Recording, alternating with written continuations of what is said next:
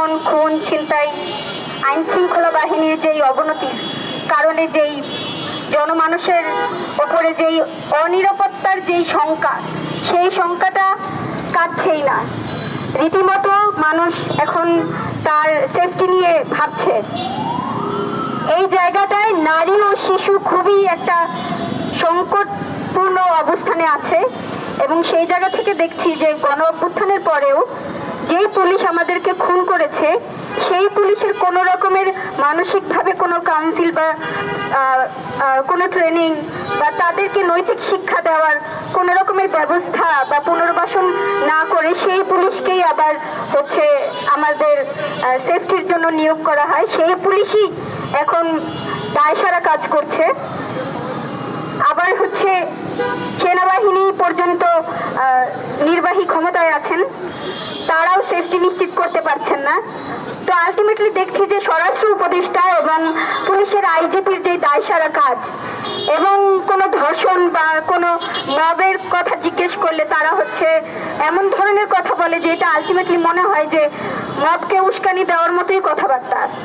তো আমাদের মঞ্চ থেকে স্বরাষ্ট্র উপদেষ্টার কুশপুত্তলিকা দাহ করা হয় এবং সেই আন্দোলনটাকেই প্রশ্নবিদ্ধ করার জন্য বিভিন্নভাবে আমাদেরকে সামাজিকভাবে ডিহিউম্যানাইজেশনের মধ্যে পড়তে হয়, ট্যাগিং রাজনীতির মধ্যে পড়তে হয়।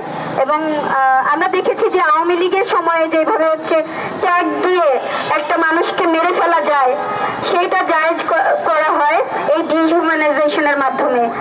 যেমন হচ্ছে শিবিরকে তারা হচ্ছে যে কোনো সাধারণ মানুষকেই শিবির, জামাত ট্যাগ দিয়ে মেরে ফেলতো, ঠিক তেমনি এখন শাহবাগী বাম বলে হচ্ছে মেরে ফেলার একটা রাস্তা তৈরি করে দেওয়া হচ্ছে এই সময়টায়।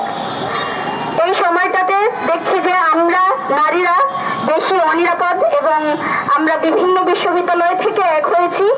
আমাদের প্ল্যাটফর্মের নাম হচ্ছে ধর্ষণ ও নিপীড়নের বিরুদ্ধে বাংলাদেশ।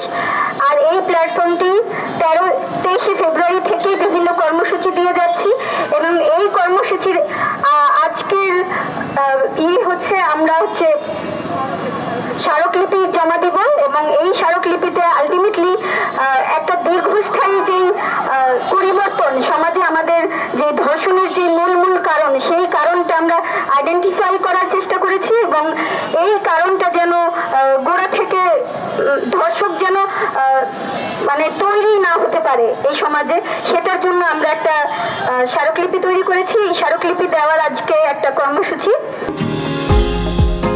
নিউ ইয়র্ক থেকে সম্প্রচারিত TVN 24 টেলিভিশন বিশ্বজুড়ে বাঙালির কণ্ঠস্বর।